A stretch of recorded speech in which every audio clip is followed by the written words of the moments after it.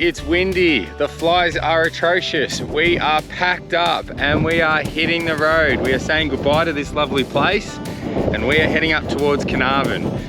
It's another big sort of town, I believe.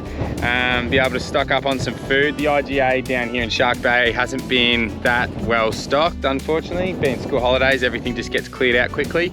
So I need to do a big shop, camp there, and then probably the following day we're going to try to aim for Coral Bay. So onward and upward.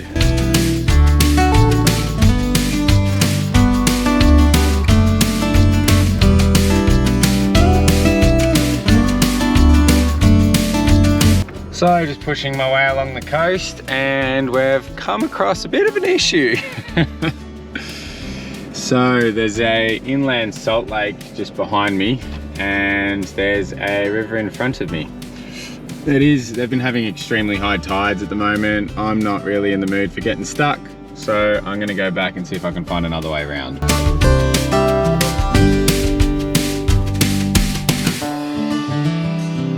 Just like that, we are officially in the northwest.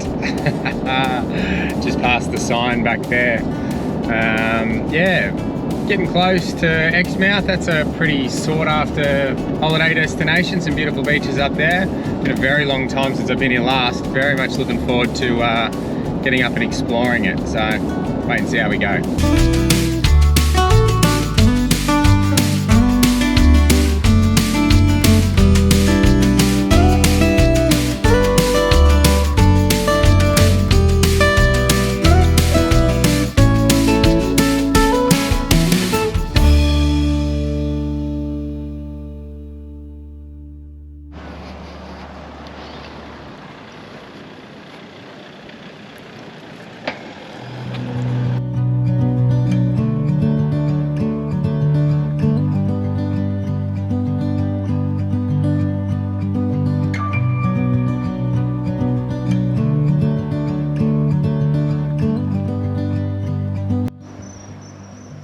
Lovely alley.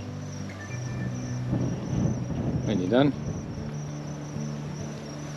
And how's this for a camp spot? Just outside of Carnarvon. And what a beautiful time to find a camp spot. Bloody ripper. Morning all. So just woke up and was doing some video editing, and local ranger came by. And asked why I was camping here. Didn't actually realise, but when you come into town, there's apparently a big sign that says you're not allowed to camp anywhere outside of designated campsites. A ranger was really cool. He let me off on it with a warning. As I said, I didn't actually realise there wasn't any signposts in this section where I've just come, and a local guy actually told me to come stay down here just to get out of the riffraff. But yeah, so anyway, we've packed up. We're gonna head into town. I got some laundry to do. I actually got some blood tests done yesterday, so just gotta go back to get my results on that.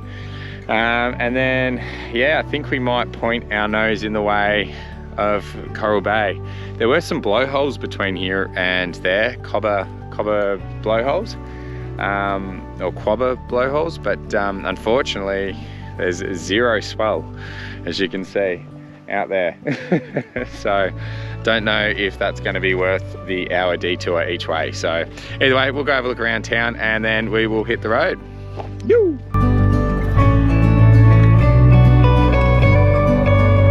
Just up from where we've been camping, Carnarvon actually has a Mile Long Jetty, which is over there.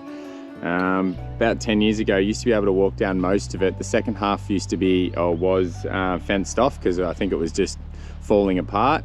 Not sure if that's still the case, but we're going to go over here, just to where these buildings are, see if we can walk down and have a bit of a squeeze.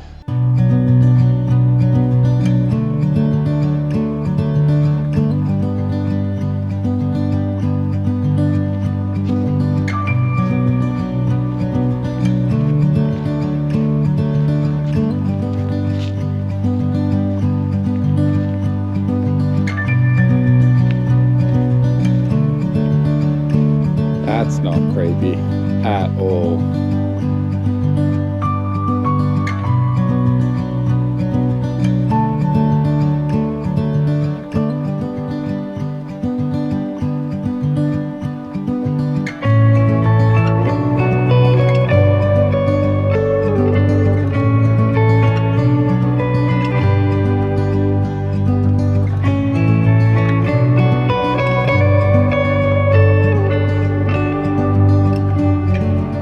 Jetty is fully closed, unfortunately. This is a landmark for this area. As I said, I used to be able to walk out down there, and they closed the back end off because it was falling apart. They've got a sign here. Consider this: if 1 million generous people donate $5, we could raise 5 million. That would enable us to start rebuilding this jetty.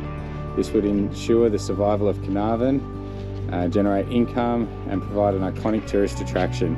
We can enjoy fishing, kite surfing, jetty jumping, brisk sunset walks, socializing, photographing these sunsets, all in one stunning spot. And once again, be one of those generous people. You know what?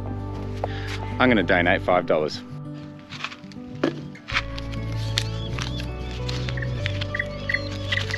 There you go. Get in there. There you go. Hopefully one day I can say I contributed to get this thing up and running again.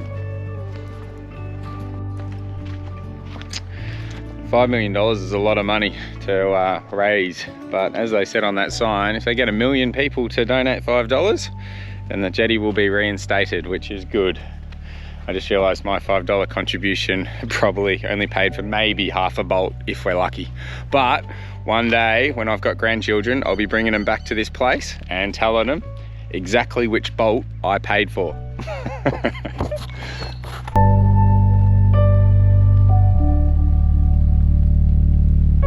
Another thing Carnarvon is known for is the fact that they have a space station here, as you can see behind me. It's also this massive satellite. Have a look at that beast. A few different other ones there. They're there to contact the aliens.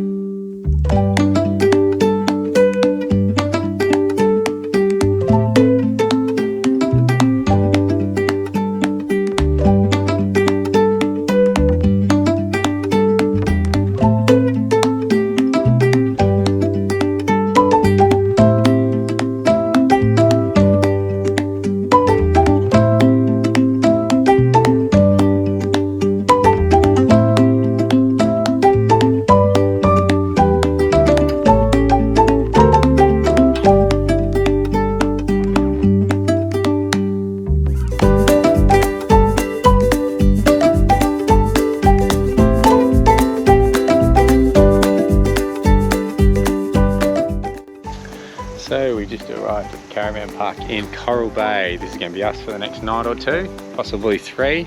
I've got to pick up a drone from the post office on Monday. It's currently Saturday, so I might end up spending 2 nights here. Just waiting to find out if I can get my tray fixed. One of the tray mounts is cracked again, so I just want to get it welded before I go off-road again. It's all holding together at the moment, but corrugations won't do it any good, so just waiting to hear back from a guy in town. Otherwise I might have to jet up to Exmouth and then make my way back down, but I'll work all that out once I hear back from this welder in town. So anyway, let's go check out the beach.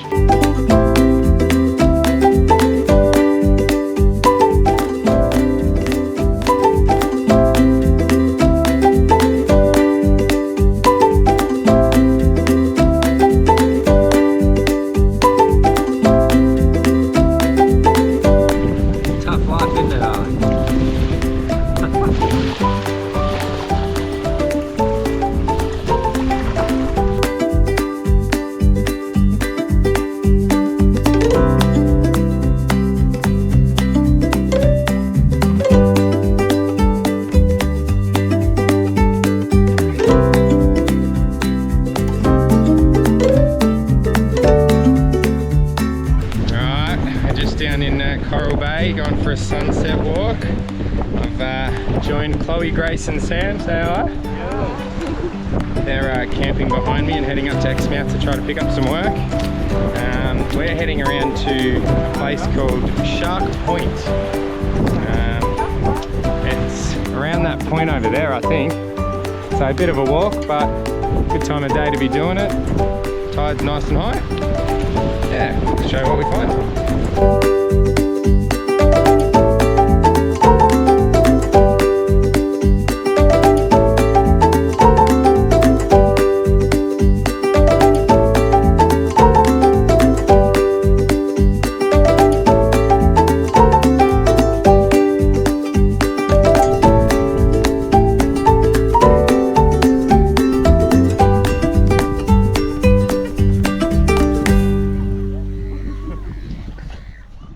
timing, Ali. So up bright and early this morning. Today we're doing something I'm very excited about. Today I've booked in to go swimming with the whale sharks. This is like a bucket list item that I've always wanted to do. A little bit nervous about it, but I can't wait to get on that boat.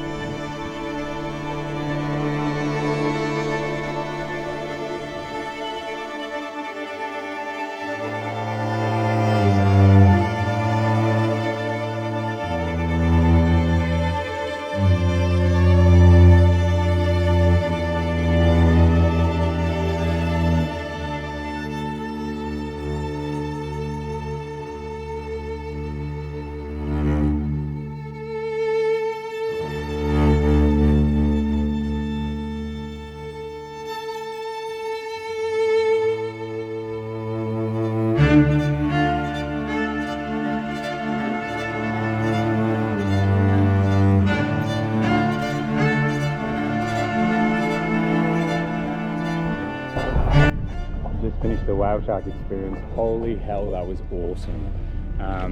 Hurler of a day, not a very few clouds in the sky.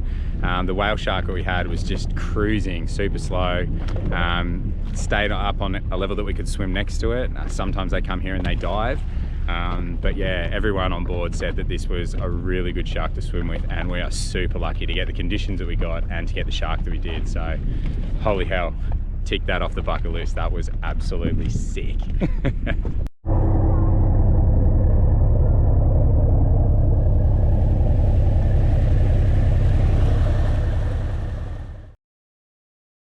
Alrighty, I just got back on what was probably one of my favorite days ever. That experience was phenomenal.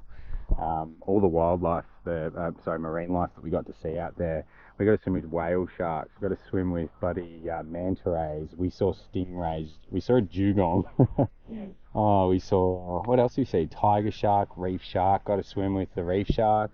I swim with the manta rays, saw an abundance of just underwater wildlife. Just seriously, guys, if you're in Coral Bay, I'll highly recommend that. That was just out of this world. I'm ecstatic. Nothing's wiping this smile off my face.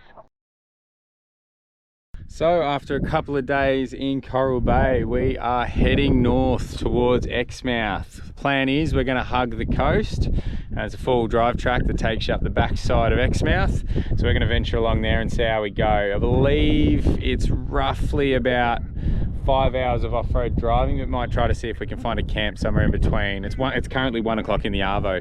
It's just waiting for the post office to open to get my drone. So then we can set off.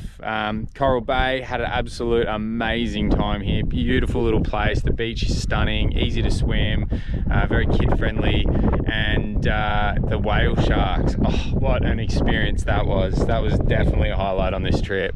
Anyway, I must push forward, so let's do this. Yoo!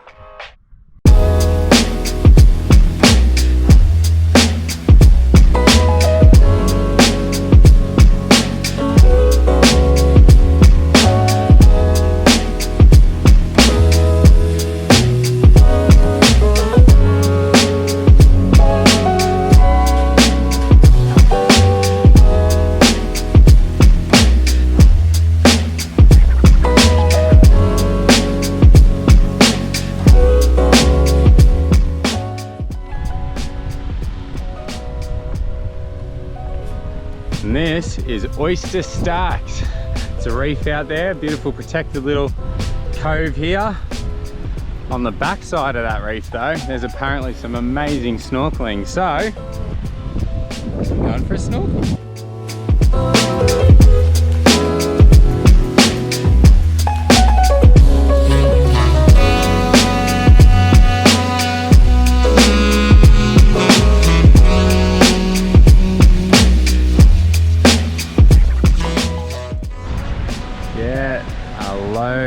Of this place.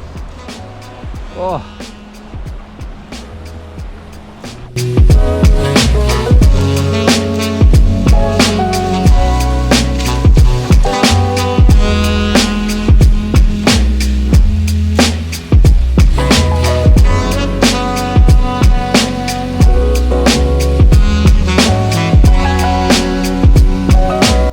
That was amazing. So there's a rock ledge that runs pretty much from here out there, and then on the other side it just drops down. On the back it's just coral and just fish and just everything is stunning back there. Really nice spot to swim. And this part here, like the tide's pretty high at the moment, this part here is all protected, so the product is like that. And the water is crystal clear, white sand, absolutely fine. Recommended to me by a few people to come snorkeling, and yeah, I highly recommend it. Bloody awesome.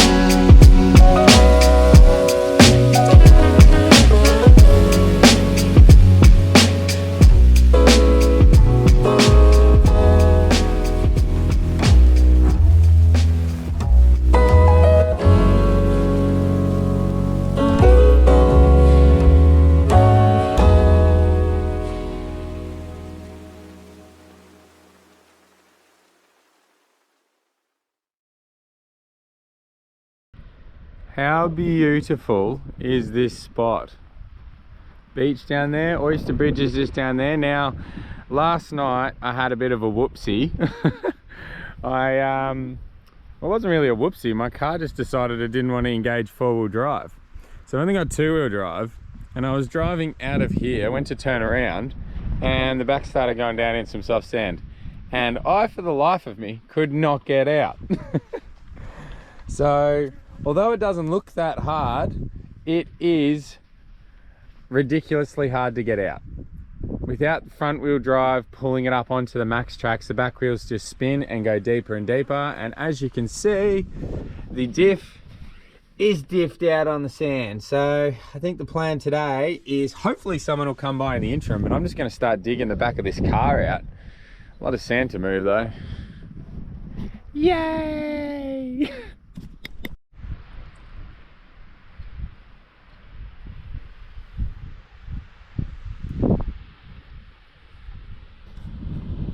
Alrighty, so I've given myself the best possible chance to get it out. I've cleared all the codes with the code breaker. There's nothing relating to, well, it won't go into full drive, so I don't know what that's about, but anyway, still two-wheel drive. Problem is, last night, every time I went to accelerate, how a diff works, if you can't lock the diff, the tyre with traction won't spin, and the one that is free to move will actually spin, and it just digs the car deeper. So I've let the front tyres down to 10 psi, the back ones are on 5. I've dug ruts in the front to make the front drop if it starts to pick up, make it easier to get out. I've dug the diff out on both sides, removed all the sand under here. So that's pretty clear now, should be fine. Max tracks are in. As I said, the back tyres are now on 35 psi. I also dug out the back tow bar there that was in the sand as well. So let's see how we go.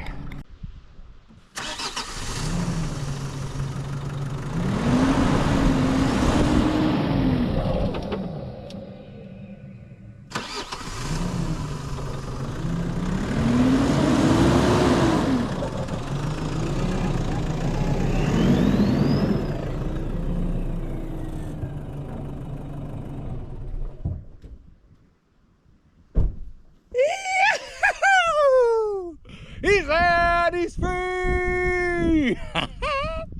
And that there is what's left of what was holding me in. As you can see, look how much those tyres are bagged out. That made all the difference in the world. It started raining last night, so I just kind of left it, but that's 5 psi, so I'm going to pump them up before I drive any further. They're way too low, but it just makes all the difference in the world. The surface area, it's actually touching the sand now, is from here to here. I did need to clean out the under the diff though, because it was just holding the wheels up too high. So once I was able to do that, got more surface area on those max tracks, that obviously gripped and got it up. But now I need to find out why my car won't go into four-wheel drive. But yeah, God knows. All right, we're all packed up. We're ready to rock and roll. I still keep my title. I've always been able to get unbogged. This one took a little bit longer. But yeah, I still managed to get myself out, which is really good. There's always a way, you just got to figure it out. But I actually wanted to show you something. You know, I was talking about before how you air down, you get a better footprint. Now, if you have a look at my tyre marks from where I came out, my front tyres were down to 10 psi, and you can see that the footprint goes from there to there. So maybe like there's a hand in it from there to there. And if you look over here, where my back tyre was let down to 5, you've almost got that again, because the sidewall's deflated that much that it's actually got all that, it's actually using all that grip across there. And not only that, you're also getting, when it's fully pumped, maybe a handprint worth of grip is actually hitting the thing when it's actually let down. I reckon that was probably, I don't know, a good 30, 45 centimeters worth of tire and grip touching the sand at once that was down. So yeah, just a nice little example of how it works for you.